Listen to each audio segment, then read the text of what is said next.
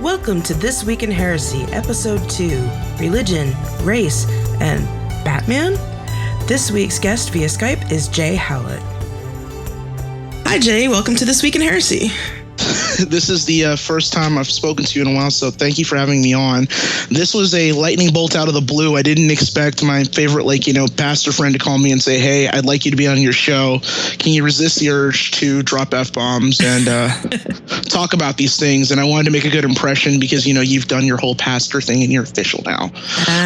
If you're listening to this and you're in her congregation, she's awesome. You are in excellent hands. Just saying. Well, this actually goes out to my online congregation. Excellent. Because Between the Worlds Church is not only going to be a physical church where you can go to services, but there's going to be a really strong online component. And actually, I was poking my deacons this weekend to write some stuff on the website, and we're going to get a little more active at some point soon. Sounds excellent. Yeah. So a lot of the reason why I wanted you to be on is that you talk a lot about spirituality and race issues on Facebook mostly, and I hope someday you'll have a blog. It may be coming. It may be coming. Too. It may be coming. Well, Well, go ahead. Oh, I was just saying, even Sarah said that, he really should have a blog. Well, we're in 2014 and everybody has a blog now. Everybody has a Tumblr. Everybody has, everybody had a MySpace. Now everybody has a Facebook. Now everybody has a Tumblr. And you kind of walk this fine line when you do want to come out with a blog. And I've seen this with other blogs, and I'll send you the links for these later, such as Jay Smoove with Ill Doctrine, Elon James White and his crew with This Week in Blackness. And they're doing a phenomenal job. And you find it a little bit daunting because you do have a voice and you do want to say these things, but you know that there's a little bit of a saturation there. You can't put your voice in there, but it was just a matter of me doing it right. So this might be the push because now, there's going to be at least another 10 of your friends that listen to this, and I'll have to have something for them to read.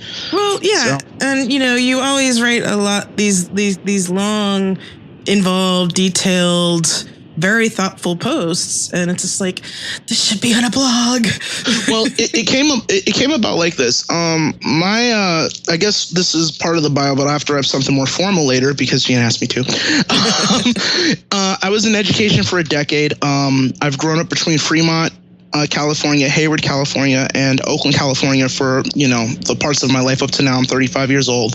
And I lived for about a third in each place. And obviously they're different places. Fremont's a lot more suburban than Oakland is. Oakland has its own brand of havoc. It has some beautiful parts, but it has its own craziness. And when you do that and you're an American African male, you see different things, but when you go out into the world, the challenge you face, especially if you've come as far as you having your own beliefs and as I have in my own beliefs and just evolving as a human being, is unfortunately some of your friends don't share those same beliefs. Right. And when those things fall along ethnic background lines, when those things fall along, lines of sexual preference or of, religious belief, you can't separate those things from you. And the thing that I find, I guess, the most troublesome is you can't have a conversation to allow these people to rationalize why they should recognize your humanity. Right. So I did a lot of reading when I ran into these same barriers with friends of mine because, some friends of mine were saying, oh, I'm libertarian, or saying, oh, I'm, Republican. And I'm sitting here watching these people shouting down everybody as well as friends of mine on screen that aren't, let me see if I can cover them all, straight, white, male, cisgendered, Republican, rich, and there's one more I'm leaving out, but it'll come to me. But if you don't fit inside that demographic, you're not accepted, and here's why. You could look at something like AB 1070 in Arizona, where they're allowed to question anybody who's Latino to see if they're actually a citizen. You could take a look at what's happening with same-sex marriage, with rights around women. People are still trying to make excuses to shoot people who look like me in Florida because of what happened with Trayvon Martin. These people have been excluded, and unfortunately, the same people engaging in this, leading into the point, have hidden behind Christian values. They've stated that they're doing it for the good of the country. They've stated that they're doing it because, God would want this or God would want that. And then all of a sudden you start asking questions and you start running into these conflicts. So I went out, I felt that I'd done the reading. The book that I started with, I'll never forget this. I walked into the B Street bookstore in Hayward, California, and I told the guy about my problem. And I was like, I need a really good history book because I know that these things aren't true. So he handed me a copy of A People's History of the United States, 1492 to present. And it was a firestorm from there. I finished the book in 3 days. And then I went right on to Lies My Teacher Told Me by James Lowen. I went right on to Perversions of Justice with Ward Churchill. And these are all books that I just consumed because it confirmed the things that I had seen as I was growing up. So I sit here now and I remember, I think back when I'm trying to remember what year we met. Oh, it was a while back. Yeah, it was way back. It was at least a decade, I think. I think it's been a decade. Because I don't think it was that long after I moved out here. Yeah, you went through about 12 different hair colors. Yeah, 2006 maybe, 2007? Yeah, I have to track the eras with the hair colors. Right. Gina, lack of hair. Pastor Sheena and I met through mutual friends, and I found out that, if I can talk about it, you impressed me because you actually were out protesting against the pro-America rallies that were taking place at the time. Right. Yeah, and that won a lot of points with me because, somebody being out on the front lines, I was like, wow. So we automatically clicked, and that's why we're having the conversation here. But in contrast, I had other friends who were defending the actions of George Bush and defending the actions of Dick Cheney and his cadre. Now, to be clear, because I don't want to alienate anybody in what I'm saying, I get that people have grown up certain ways and that their parents have instilled certain things in them. And I'm not saying these things to disrespect your parents. Maybe there's always this speech about, you're one of the good ones because you're part of this group, but you're not like them. Well, it's kind of a bad thing because if that group that you're with still hasn't denounced this injustice over here, what do they really stand for and what are you going along with? And this was what I frequently butted heads with friends of mine on. I've still had friends who, have sworn, upon, 15 different, deities that even though they're a Republican, they don't believe in this, but we're not seeing that within that religious or within that political demographic. And in fact, it shouldn't even have a role because church and state are supposed to be separate. So why do these people get to legislate based on their version of Christianity? Right. Exactly. And, and that's the other thing with my ministry as well. I started really looking at liberation theology, which, started in South America mostly. Okay. If you read The Pedagogy of the Oppressed, that's such a great book. I actually will put all the books that we mentioned in the link that. I'll read it. Yeah. By Paulo Freire. Oh, I think I'm butchering the name, but it's a lot of that same idea. What do we mean when we say we are Christian? What do we mean what do we mean when we say we're pagan? What do we mean when we say that we follow Jesus? What do we mean when we say that deity is immanent in everybody? Right. I found no matter what the community, it doesn't really matter. If you say Jesus loves everybody or Goddess loves everybody or Odin loves everybody, it's like, do you mean Shiva. that? Yeah. You really truly believe that? Do you mean that? When you say everybody is welcome, do you mean that? And and from what I've seen, it feels like a very deliberate strategy on the part engaging in it. When I started to make these posts, like the ones you noticed and the ones that I went back over, I had friends of mine, dear friends of mine, who were also Christian and wondered, hey, are you taking shots at us when you say these things? Are you angry with us for being, Christian? This is unfair. No, I wasn't. But it's hard to discern, but when you understand why it's hard to discern, you start to kind of get a look at the underlying issue. And the fact of the matter is that these people who are engaging in this and calling themselves Christian have used this as a deliberate strategy. The issue that I had was when I started writing these things about the hypocrisy that I saw of Christians, so-called Christians rather, who were from the right wing and who were also, some of them were also libertarian and, Tea Party and what have you, was that they would speak these platitudes about, well, real Christians believe that, gay people are going to hell and lesbians are going to hell and blah, blah, blah, blah, blah. And they apparently were really good at this. But never mind the fact that, they're obviously not God himself. But what they would do is they'd say, well, we're Christian, we're being oppressed in our Christianity, don't you want to fight against these people who are oppressing us? And it's like, no, nobody cares that you're Christian. We care that you're like, trying to put laws in from your religion. Right. The example I use to try to explain this to people is think about it like this. Let's say Barack Obama woke up one day, got on TV, put on, some stereotypically, Middle Eastern, dress, and completely played up the role of looking like, like Osama bin Laden. Like, okay, Obama has now become somebody who looks like he's from Al Qaeda. Michelle Obama's up there in a burqa. The kids are up there in burqas. Okay. And he says that he is now declaring the United States a Muslim nation. And because of that, he's going to ban pork. Oh, good Lord. They'd be rioting in the streets. And the writing would be, if the writing wasn't over the fact that it was Obama saying this and confirming everything like the Tea Party, like tinfoil crew has been doing, it's because bacon would be in short supply. People would lose their minds. Right. They'd roll into Wendy's. We can't sell, President Obama said we can't sell bacon here. No, there'd be like some guy outside crying his eyes out. But I've given people this example and they've said, well, no, you can't do that because blah, blah, blah, blah. Because what? Because he's legislating something based on his religious beliefs. Okay, so why do you get to legislate whether or not GLBTQ people can get married then? Right. Or a woman can have an abortion. Oh. Thank you. Oh. All of a sudden you start asking. Yeah, you start asking these questions and all of a sudden they don't have a counter argument. But what they'll do is they'll try to get people to take those shots for them so they can continue it. Mm-hmm. And it was a good thing because I was happy to have the conversation. I've believed that, and I was talking to some friends about this today. They say that in polite company, you don't discuss politics and you don't discuss religion. And I think that that's part of the problem now, because when you don't discuss those things, you don't realize what the effects are. Somebody else is going to say, well, my dad is a Republican because he believes in being fiscally conservative and all of these things. And that very well may be true about him, but that doesn't necessarily, A, negate the fact that he can vote for someone else, or B, state the fact that the group he's claimed affiliation with is really living out the things that they're speaking about. Right. And then you look further. Oh, go ahead. Oh, well, I was just going to say, that's definitely true. And, one of the things that, in the coven we talk about, and actually, Bishop Flunders talk about at church when we go there, and actually it's a big topic of discussion at church, is that secrets kill, and I think also by extension is silence can kill. Oh yeah. Because if we don't talk about these issues, then it's not out in the open. It's not being discussed at all. I mean, it was kind of like the gender issues in the pagan community before we did our work with that.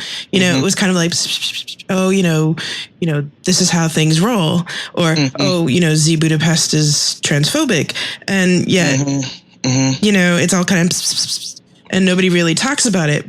But then now that it's out in the open, things have changed, and the orthodoxy's changed.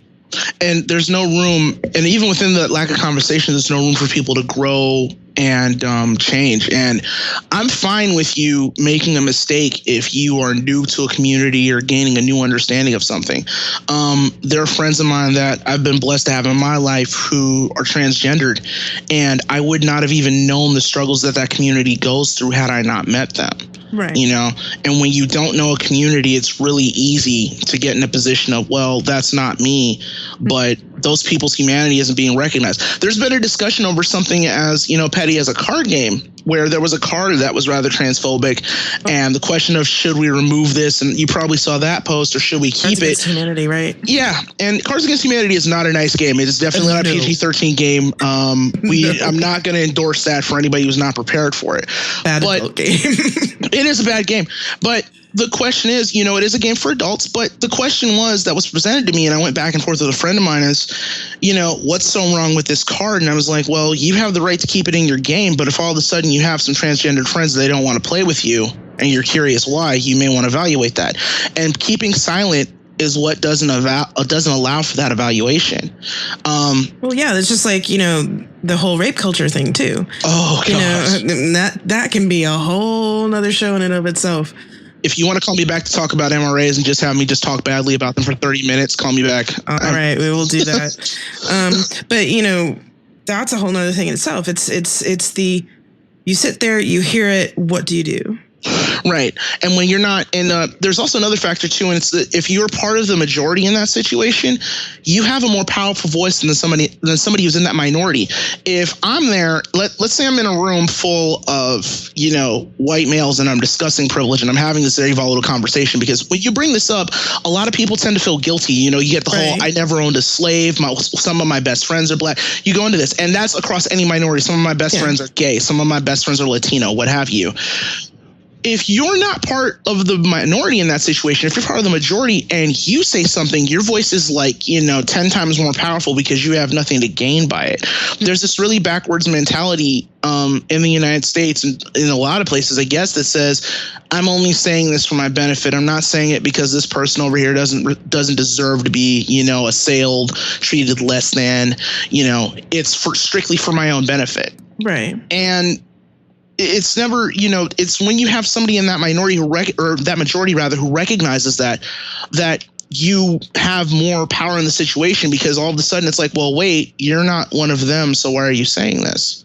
Right. And it's, how do you use that power? Mm-hmm. You can sit there and just not do anything, or you can use your power to change things. Yeah. Some good. And especially when those people are higher up in a power structure, whether it's a financial power structure, whether it's a, social structure, what have you. One incident that comes to mind is what happened with Brendan Eich with Mozilla and the whole controversy around that, when, he only donated $1,000 to an anti-gay cause. That shouldn't matter about him becoming CEO of a company. And I'm sitting here looking at this debate, and I'm like, this guy can determine whether or not they make a deal with a company that happens to have LGBTQ people in it. He can determine whether or not somebody comes out of poverty. I know that if I hadn't had some of the opportunities given to me just by having one connection, I wouldn't have been able to better my life. Can you think about what would happen if you were a transgendered person, let's say somewhere like Atlanta, Georgia, where somebody got beat for being transgender just about a week or two ago, and you're already dealing with a situation where you might be ostracized by your parents, you might not be able to get employment, you might be homeless. And all of a sudden, you're some amazing programmer, and you get signed to Mozilla, and they want to bring you out to California, set you up with enough money to start a new life. But this guy puts a quash on it because he doesn't like the fact that you're transgendered. This is the type of issues with the power structure. Exactly. And, and it extends to any type of minority status. Actually, I'm hoping to get, there's some women from church who are African American and transgender, and I'm really hoping to get them on at some point in the future. I have to email them, but that'd be awesome. Yeah, I think that would rock. But it's like, even in the power structures of the modern church institutions, if you look at those institutions, they don't really represent the people that they serve. And there's a power imbalance there. And I think, even in the progressive community, and I think this is a really difficult thing, because this is also in the pagan community too. If you look at all the big name pagans, if you look at a lot of the progressive leaders, with notable but few exceptions, they're primarily white. Yeah, and I've talked with people about that. One of my good friends, Sochi, and I have had conversations about that. I went to PantheaCon when it occurred, and it was interesting to me because I thought I was going to be, the only black person there. I wasn't. It was really cool to meet her and to have the discussions around people of different faiths. But we still did have a couple of people who seemed like their sole purpose was to disrupt the conversation, to talk about how much they hated Obama. And if you want to critique Obama, I'm fine with that. He's not perfect. I don't think anybody is. But there's valid critique, and then there's coming from an invalid place. I could talk about what he's done that I don't like or do like, but I'm doing it from a place of, I still think he could do better. But I find people defending some of the policies of like a George Bush or a Dick Cheney or a Mitt Romney or other people who have been completely absurd in some of their ideas. And it's not a fair critique. You have critique coming from people like Ted Haggard. It's like, why are we having this conversation when you got caught with a same-sex prostitute in a car with methamphetamine? We're not, and to be clear, we're not talking about me being perfect. I am far from perfect in real life, but I'm also not damning homosexuals to hell every week from a pulpit. Huge difference. It's been nice though, in dealing with that I've seen this upswell of Christians particularly who have said these people do not in any way, shape, or form represent us. It really kind of like warms my heart after some of the things that I've seen happen, and then I'm sure you've bore witness to see them stepping up. Actually, one that I'm really proud of, and this is a really talented guy. I'm a big fan of mixed martial arts. I'm constantly watching like UFC, Bellator, because it's kinetic chess. It's something I do. Right. And one of the people I've seen stand out is Benson Henderson, who's a really talented mixed martial artist from Arizona. He's completely open about his Christianity, but I've also read in interviews where he said, hey, look, I was never one of the guys who was smoking marijuana. I haven't drank. I'm about my faith in a lot of ways, but I also don't think same-sex marriage is the worst thing on the planet. He said this in an open space, and it's such a blessing to hear him say that. And it's amazing because he's in this hyper masculine environment being a mixed martial artist, but he still found space and time, especially within his faith, to say that and expose people to it so they can look at him and say, wow, here's a guy who's Christian, but he's obviously, a little bit off the beaten path over here. And this is what he believes. So maybe they'll see that and stick to that. I've also seen Christians tired of being misrepresented on Facebook and other groups, that have said, hey, this doesn't represent us. We need to take our faith back from these people who are misrepresenting it.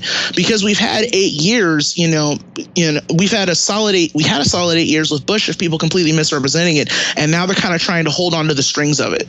Right. So it's been good to see it. Yeah, and I've been seeing it a lot because I went to progressive seminary and I've been going to Refuge.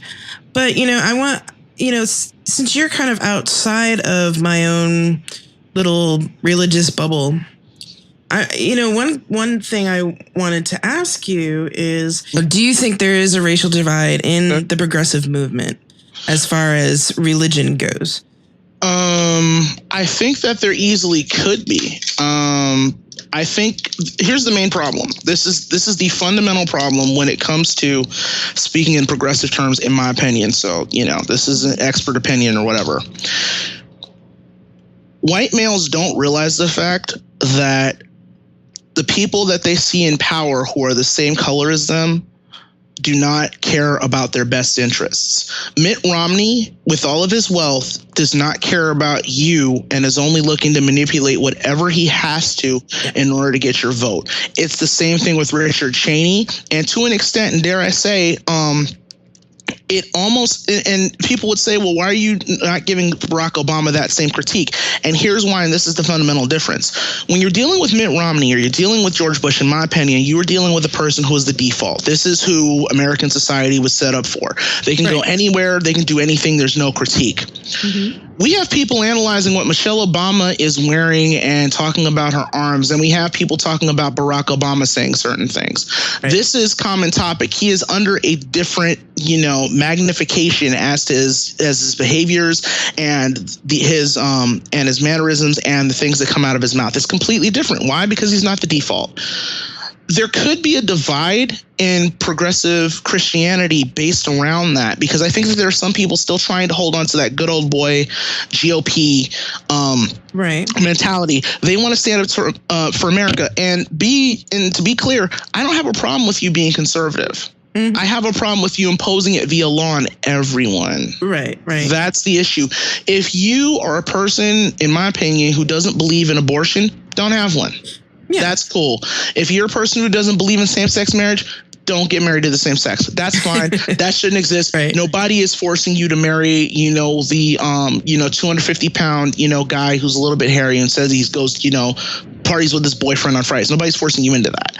But the issue again is them, forming these laws. And as much as you also have a problem with, people who are feeling like they're kind of on the outskirts, you have liberals who don't want to hold people accountable.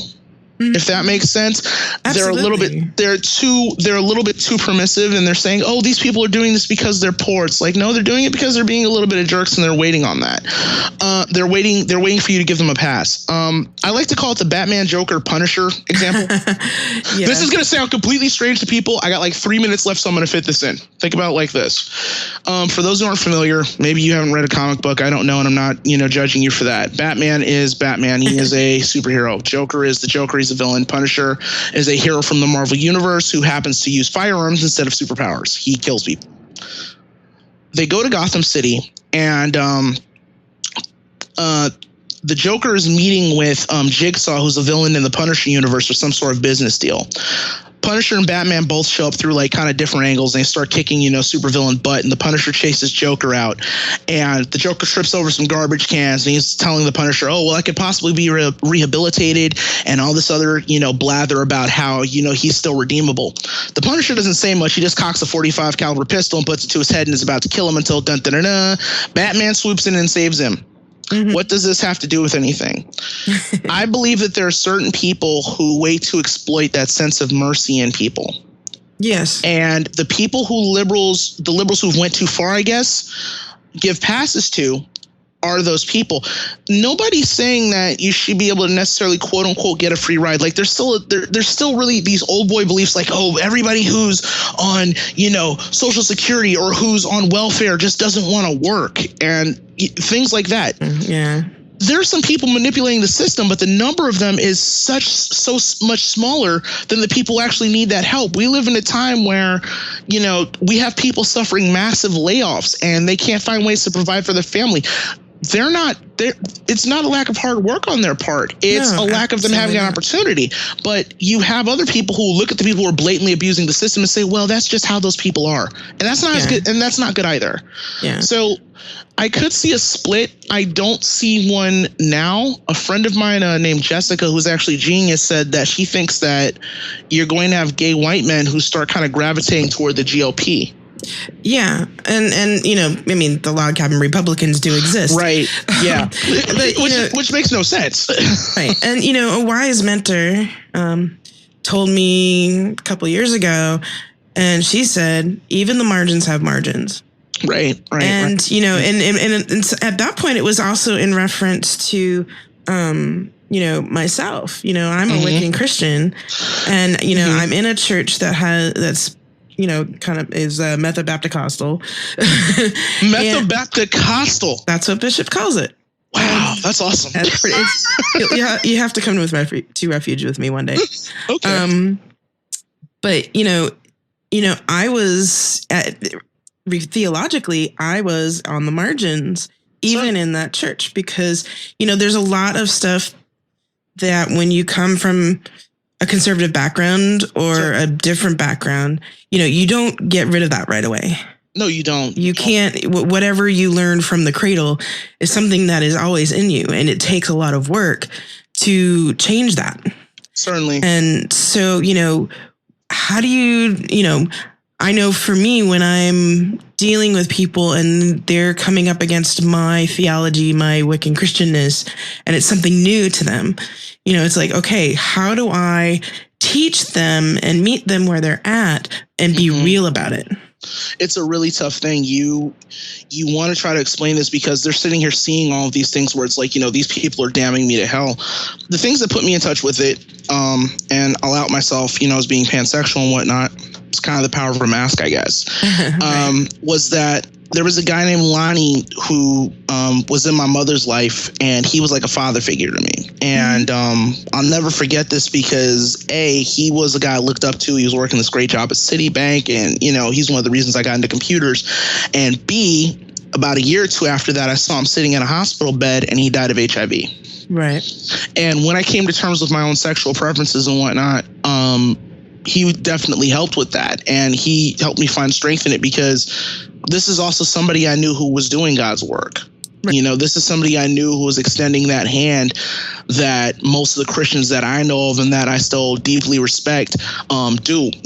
I've never seen that spirit of giving or that spirit of acceptance leave them. I've never seen, it's one thing to tell somebody, hey, maybe you need to deal with this problem that you have with methamphetamine. That's right. Killing you, It's another thing if you don't have anything to really base this on.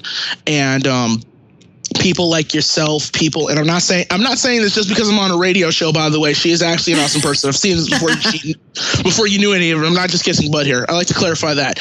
Other people that I've had who have been friends that are Christians over the years have expressed that same giving and that same accepting, nature, meeting people where they're at. But that voice, just like we said, needs to be there. It needs to be there to oppose that, silence, or people like, Westboro Baptist Church, Ted Haggard, George Reekers, a number of people I could name who are saying, we're really Christian. We're really Christian. No, I don't know about that. I'm pretty much, of the mind that I think that if Jesus did come down today, he'd probably break out the horsewhip on some people, which would be kind of awesome. Yeah, it'd be very much a, Jesus in the temple kind of moment, I think. Yeah.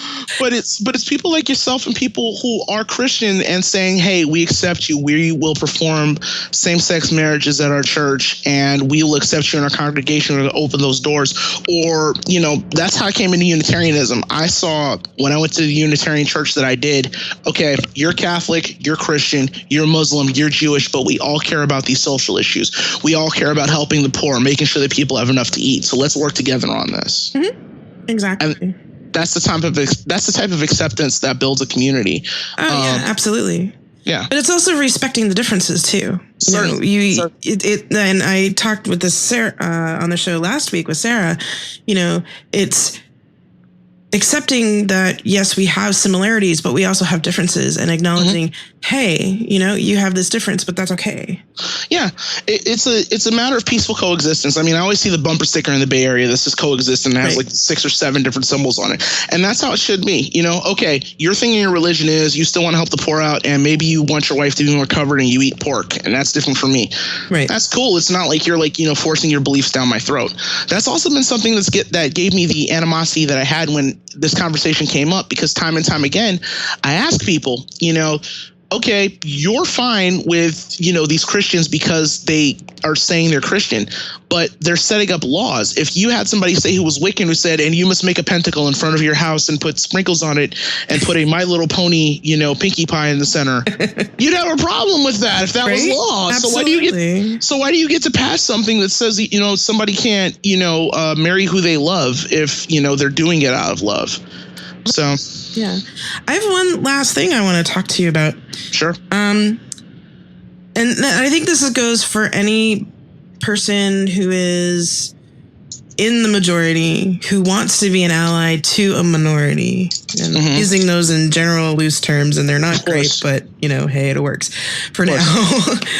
But how do you help people not have a sense of fail? And what I mean by that is, there are some times where I consider myself an ally to a particular community. Okay. And, you go on things like Tumblr or Facebook or Twitter or, one of those things. And, all you see are messages like, if you're an ally, sit down and shut up. Ooh, good question. Good question. And, I know for me, it's like, okay, well, what do I do? Because, if I know I can't speak for the people, but I also have power that I can use to be of service. Real life example. The Cards Against Humanity card came up. As people have known, if they've been keeping an eye on the internet, the creator has decided to remove the card that said passable transvestite. Well, what does this have to do with transgender people if they're not the same thing? I posted on my Facebook originally, I'm glad to see that this is happening and that he's acknowledging this. I got a reply back from a friend of mine who is a white male, and I'm not beating up on white males. I'm giving this as an example because they're the default in the situation, and I'll talk about that a little bit in a second. Right. A back and forth engaged when I tried to explain, the issue here is that this card, A, is being moved by the creator. B, you have the right to put it back into your game if you want to. C, you have to be prepared for the consequences of that. D, I'm definitely not transgendered. I'm a cisgendered male. I've just heard this. And E, if you keep that card in the game, it's going to perpetuate that same culture of silent unacceptance that we've spoken about that encourages the violence that we've seen. I mean, we're living in a time where it's okay to see a transgendered kid on the bus or somebody who's dressing outside of the norm and light their legs on fire. Right. When is this appropriate?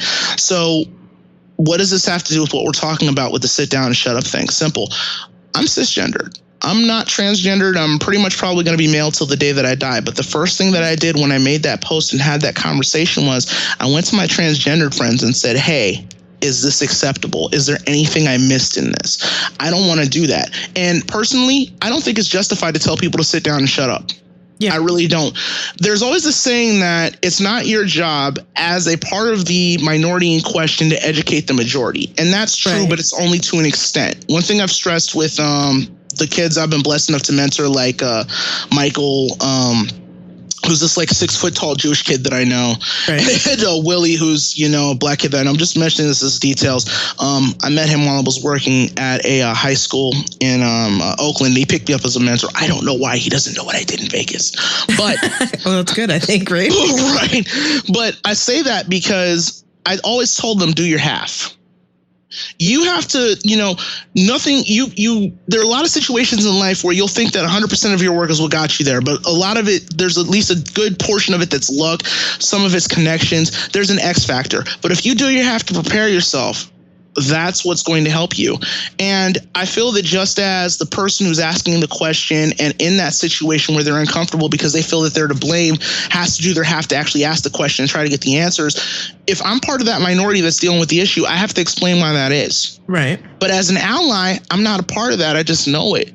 But at least I'm going back to ask that minority and ask those people, did I represent you correctly? Right. And I know one thing that I practice and that I tell people is that, you know, be prepared for somebody to say no when you ask them questions. Right. Because not everybody wants to educate. And, you know, and if you're decent about it, you know, most people will be like, well, I really don't want to talk about that right now. Well, if you're decent about it, the fact is that you said, you know, you just said there, well, I don't want to talk about it right now, but they might talk to you about it later, or you might meet somebody who has a similar experience, and that's going to be your end to look and say, oh, I understand why this is such a grating issue.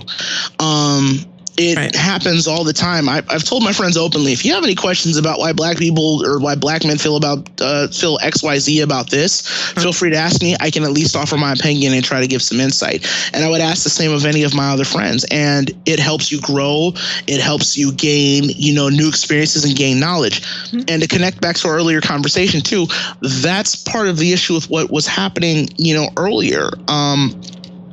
You didn't have enough people asking questions, I guess, even dare I say about Christianity and saying, okay, well, these people are saying A and these people are saying B. What's the difference? We live in a very like instant society, and there's been deliberate tactics that I've even revealed. Heck, this might go on the Tumblr. I can say there's at least 4 cases where I've seen deliberate actions by people to kind of skew that and prevent them from asking those questions and put them in that same uncomfortable spot you just mentioned just to keep them silent. Right. There was recently an incident on Twitter where there was a hashtag that was derogatory and people were using it. It was something around men's rights, like I really can't recall the hashtag off the top of my head. I'm gonna have to find it. It wasn't not all men. It was something else, but it was a deliberate hashtag that was put up by people from a couple of boards that I'm not going to give publicity here, but everybody knows. There might be a number in their name. That's all I'm saying. Right. But that one, yes. Yeah, I'm not going to give them any publicity here. But it was a deliberate attempt on the part of that community to troll and to cause that havoc. And in that, you know, you're the person, you know, in your example that's asking, hey, what do I do to actually treat you properly and respect your humanity in this conversation? Why would they try to shut that down? And that kind of goes back to the white male issue. There are I have awesome friends. It totally sounds like some of my best friends are white comment, but my friend Daniel has done a lot of research, but he's been in that position where it's like, you know, I want to talk about this and ask questions about it, but I don't want to be offensive. How do I do it? And I've told him, no, you know, you're asking the question right now and you're trying to pose it as respectfully as possible. Mm-hmm. So that's half of the game. Right. You know? And as long as you're asking those questions and as long as you're willing to learn, and to be fair, as long as you're dealing with reasonable people on the other side of the equation, you'll have no problem gaining a better understanding. Yeah, I agree. And, you know, and you know, I'm a pastor, so, you know, it's kind of the default that I'll answer people's questions. But, you know, I do make it explicit. You know, if you want to talk to me about Wicca or paganism, if you want to talk to me about being queer, you know, all those or even sexuality in general, you know, I'm willing to and open to answer those questions. And I usually try and make that pretty clear with people. And, you know, But I also recognize that not everybody is willing and open to be teachers that way. Well, I think you're kind of the future in a way, as well as pastors like you. You know, it's that meeting people. Yeah, it's that meeting people halfway. I think Unitarianism has a place. I get that people have different faiths. I think that's a great thing. But how much better would our world be if you could get, you know, one of the historic examples I think of that was recent history anyway, was when the Christians were protecting the Muslims that were praying in that square. Oh yeah, that was beautiful. And we need more things like that. Please let this happen. I hope so. I mean, I pray for that a lot, and you know, I hope to contribute to that kind of work. So and it's part of what this podcast is about. So, all right. Well, thank you so much for talking with me this week, and I hope I wasn't too ranty. No, it's good. It's good. And if people want to continue the conversation with you, where should they go? Please, for now, I'm going to say talk to me over on Jay Howlett at Facebook. That's JAEHOWLETT. Drop me a line if you liked this podcast. And apparently, I'm going to have to set up a Tumblr, or otherwise, Pastor Gina is going to grief me next time I speak to her, or WordPress, one of the two. So hopefully, you'll see that coming soon. Yeah, and we'll add it to the show notes when you do. Definitely. And people can also have the conversation in the on the show blog. Please, the comments, and I'll let Jay know that if a conversation starts there, I will let Jay know. So. Definitely. All right. So thank you very much, and it was an honor. We'll hope to have you on again soon. Certainly. All right. Well, that's it for this week. I'd like to thank Jay for joining us via Skype, and I hope you enjoyed the show. As always, you can find us at thisweekinheresy.com to join our Facebook page, follow us via Twitter, or make comments on the show, or read the show notes. And I hope you all have a great week, and we'll see you next time.